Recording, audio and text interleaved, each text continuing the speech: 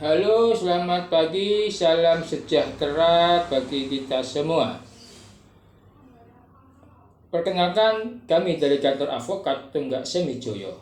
Dan alhamdulillah kantor Avokat Tunggak Semijoyo sudah ada SK dari kantor Kementerian Hukum dan HAM RI. Jadi kantor Tunggak Semijoyo sudah ada satu legalitas yang sah terdaftar di kantor Kementerian Hukum dan HAM RI. Masyarakat Indonesia yang sehat dan selalu kompak. Dalam kesempatan ini kami akan memaparkan mengenai wan prestasi dalam suatu perjanjian. Di dalam pasal 1320 KUH Perdata mengenai syarat sah suatu perjanjian harus memenuhi 4 poin.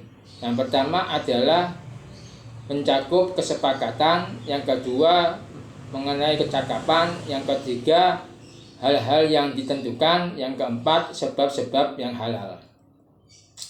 Di dalam pasal 1320 KUH Perdata ini ada unsur-unsur objektif dan unsur-unsur subjektif.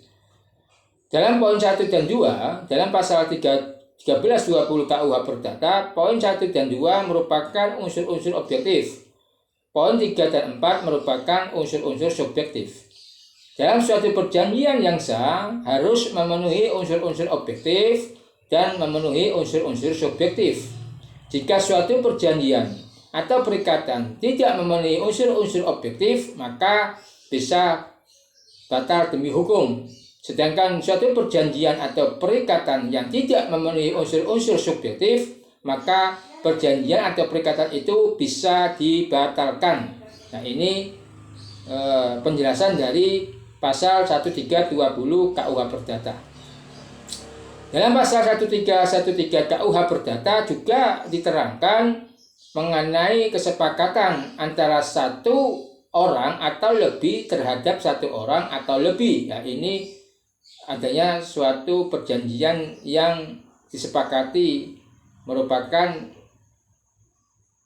menjadi ikatan yang sudah disepakati.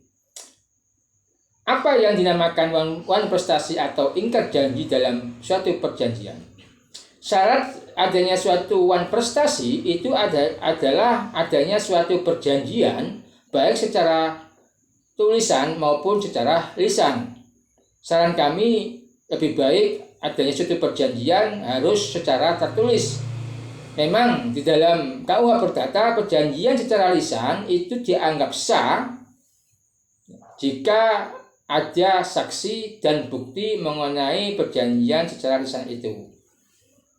Alangkah lebih baik bagi kami, saran kami, perjanjian harus secara tertulis biar ada kekuatan hukum adanya suatu perjanjian.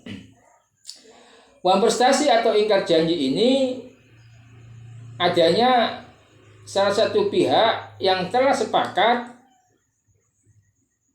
melanggar atau tidak memenuhi apa yang telah disepakati kedua belah pihak. Nah, ini bisa dianggap wan prestasi atau ingkar janji. Langkah-langkah dari masalah wan prestasi, adanya wan prestasi atau ingkar janji yang mana salah satu pihak tidak menjalankan kewajiban yang telah disepakati. 1. Kirimkan surat somasi terhadap orang yang melanggar wan prestasi atau ingkar janji. 2. Musyawarah secara kekeluargaan untuk mencari win-win solution. Yang 3. Ajukan gugatan di pengadilan negeri. Nah, adanya wan prestasi yang sudah kami jelaskan harus ada syarat wajib, yaitu adanya suatu perjanjian. Nah, antara wan prestasi dan penipuan ini berbeda. Kalau penipuan itu harus memenuhi unsur-unsur di dalam pasal penipuan, yaitu adanya bujuk rayu untuk menguntungkan diri sendiri, dan kedua alamat palsu dan lain-lain. Sedangkan wan prestasi ini dianggap wan prestasi atau ingkar janji adanya suatu sepakatan yang dilanggar oleh salah satu pihak. Ya, ini yang dianggap bukan prestasi. Demikian yang dapat saya paparkan pada kesempatan kali ini. Mudah-mudahan ada guna dan manfaatnya. Kami dari Kantor Advokat Tunggal Semijoyo, terima kasih. Sebelumnya, salam TSJ, salam Bravo Indonesia, tetap sehat dan selalu kompak.